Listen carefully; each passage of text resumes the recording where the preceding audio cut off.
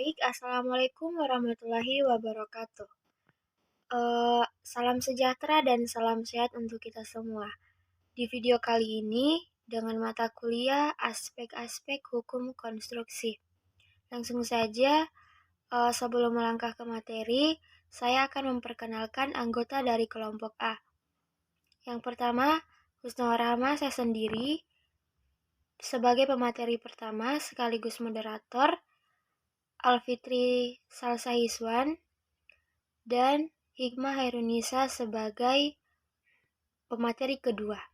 Nah, kemudian topik materi yang akan dibahas pada presentasi kali ini tuh ada dua topik, yaitu kelembagaan jasa konstruksi dan kontrak kerja konstruksi swasta.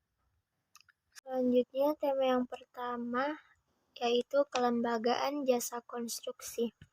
Nah, kelembagaan jasa konstruksi adalah pelayanan jasa konsultasi perencanaan pekerjaan konstruksi yang dirangkaikan dalam kegiatan perencanaan dan pelaksanaan beserta pengawasan yang mencakup pekerjaan arsitektur, sipil, mekanikal, elektrikal, dan tata lingkungan masing-masing untuk mewujudkan suatu bangunan atau bentuk fisik yang lainnya.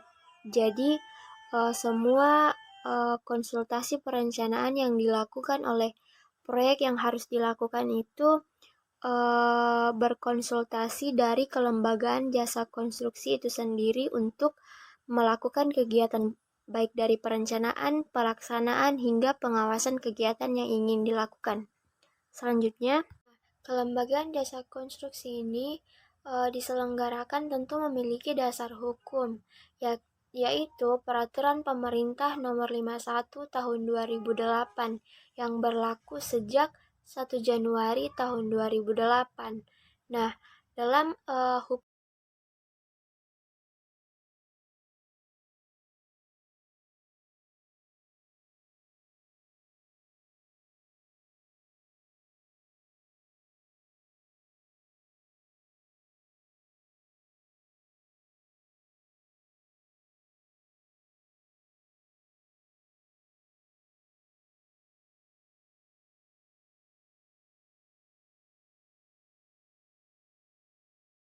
selanjutnya, dalam pelaksanaan kelembagaan jasa konstruksi ini tentu memiliki prinsip sistem konstruksi itu sendiri. Nah, di Indonesia umumnya memiliki 3 prinsip, yaitu peran pemerintah tetap kuat dalam kebijakan, arah pengembangan, regulasi, perizinan, lisensi atau pendanaan. Yang kedua ada demokratisasi dan partisipasi peran masyarakat lebih besar dengan indikator peningkatan peran masyarakat. Yang ketiga ada kooperasi dan kompetisi medan datar berincikan planning flight yang harus jelas serta interaksi dan sinergi sistem yang kuat. Nah, itu untuk prinsip sistem konstruksi. Terlibat dalam dana imbalan atau tarif pajak dalam kelembagaan jasa konstruksi. Nah, untuk jasa pelaksana yang pertama untuk yang memiliki kualifikasi usaha kecil itu dana imbalannya sebesar 2%. Kemudian ada yang tidak memiliki kualifikasi usaha sebesar 4%. Dan juga ada yang memiliki kualifikasi usaha menengah atau kualifikasi besar sebesar 3%. Nah, itu dana imbalan atau tarif pajak yang dilaksanakan para jasa pelaksana. Kemudian juga ada dana imbalan tarif pajak untuk jasa perencana dan pengawasan. Di sini hanya dua, yaitu yang memiliki kualifikasi usaha mendapatkan sebesar 4% dan yang tidak memiliki kualifikasi usaha sebesar 6%. Jadi sama-sama memiliki keuntungan tarif pajak sesuai dengan apa yang dikontribusikan dalam pelaksanaan proyek konstruksi tersebut. Kemudian ada pelunasan PPh jasa konstruksi. Di sini ada dua pemberi hasil dari pelunasan PPh jasa konstruksi.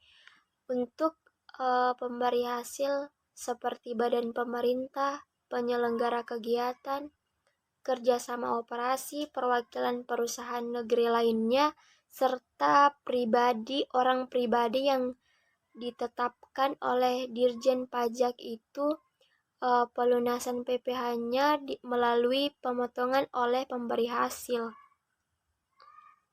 Jadi sekaligus dari badan pemerintah dari pemberi hasil dari jasa konstruksi. Sedangkan untuk pemberi hasil untuk orang pribadi dan bukan subjek pajak, pelunasan PPh-nya melalui penyetoran sendiri oleh pemberi hasil jasa konstruksi. Selanjutnya ada kegiatan konstruksi yang dilakukan, yaitu penyelenggara kegiatan atau penyediaan bahan baku, sumber daya manusia, serta sumber daya keuangan dan teknologi. Jadi semua kegiatan dikontrol oleh jasa kelembagaan itu sendiri. Nah, untuk yang kedua ada proses dalam mengkombinasikan input produksi tersebut menjadi keluaran.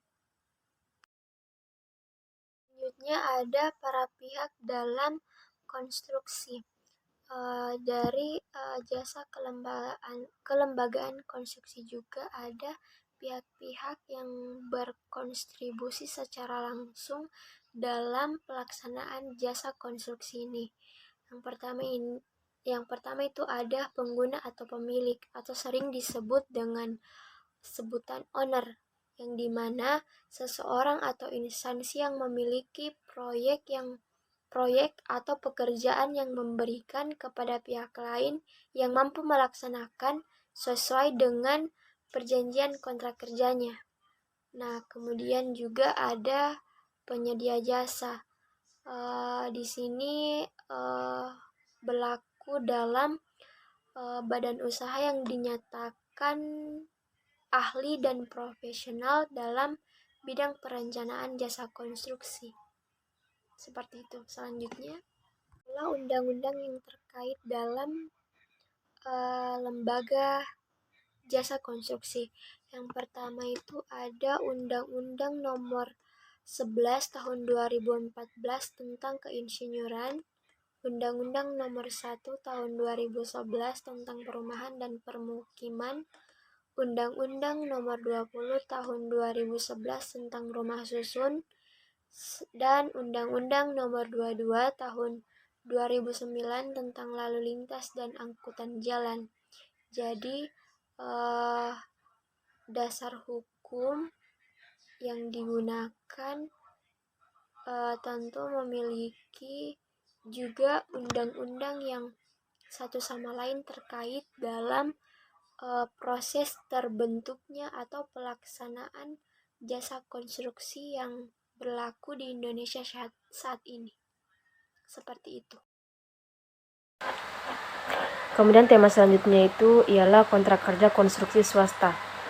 Kontrak kerja konstruksi swasta adalah dokumen atau produk hukum, yaitu semua pekerjaan atau usaha konstruksi yang diikat dengan kontrak kerja akan ditentukan hak-hak dan kewajiban hukumnya, yang dibuat dengan mengikuti standar sistem kontrak luar negeri.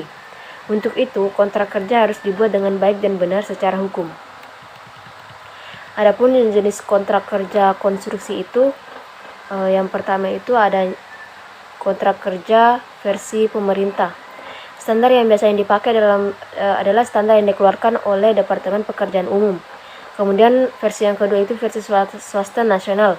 Versi ini beraneka ragam sesuai dengan keinginan pengguna jasa atau pemilik proyek. Kadang-kadang dibuat dengan mengikuti standar pemerintah atau mengikuti sistem kontrak luar negeri. Kemudian versi yang ketiga itu versi standar swasta atau asing. Berdasarkan prinsip hukum berupa sifat dan ruang lingkup hukum, Kontrak dapat berupa kontrak nasional maupun kontrak internasional. Kontrak nasional adalah kontrak yang dibuat oleh dua pihak dalam wilayah nasional Indonesia yang tidak ada unsur asingnya, baik objek kontrak maupun subjek kontraknya. Sedangkan kontrak internasional adalah suatu kontrak yang di dalamnya ada atau terdapat unsur asing atau foreign element yang objek pekerjaannya berada di wilayah Indonesia maupun di wilayah negara lain. Kemudian selanjutnya adalah aspek-aspek kontrak kerja konstruksi. Suatu kontrak kerja konstruksi mengandung aspek-aspek seperti aspek teknis, hukum, administrasi, keuangan atau perbankan, perpajakan, dan juga sosial ekonomi. Pada umumnya, pelaku jasa konstruksi, baik pengguna jasa maupun penyedia jasa, lebih memperhatikan aspek teknis saja dan kurang memperhatikan aspek lainnya, terutama aspek hukumnya. Mereka baru menyadari pentingnya aspek lainnya pada saat terjadi perselisihan yang terjadi akibat aspek lain tadi. Adapun aspek teknis yang tercakup dalam kontrak kerja konstruksi meliputi yang pertama syarat-syarat hukum kontrak, kemudian lampiran-lampiran dan juga syarat-syarat khusus kontrak, lalu spesifikasi teknis dan juga gambar-gambar kontrak. Selanjutnya adalah sengketa dalam kontrak kerja konstruksi. Adapun pengertian sengketa menurut Black Laws itu menurut Black Law dispute adalah a conflict or controversy, especially one that has given rise to a particular lawsuit, atau yang artinya menurut Black Law itu sengketa adalah sebuah konflik atau kontroversi atau pertentangan yang dapat menimbulkan gugatan tertentu. Selanjutnya adalah beberapa faktor yang menimbulkan sengketa. Yang pertama itu adanya informasi desain yang tidak cepat, kemudian informasi desain yang tidak sempurna, investigasi lokasi yang tidak sempurna, reaksi klien yang lambat, dan juga komunikasi yang buruk. Nah, itu tadi pembahasan dari kedua pemateri, dan saya akhiri. Jika ada kekurangan mohon dimaafkan. Billahi taufiq wal hidayah. Wassalamualaikum warahmatullahi wabarakatuh.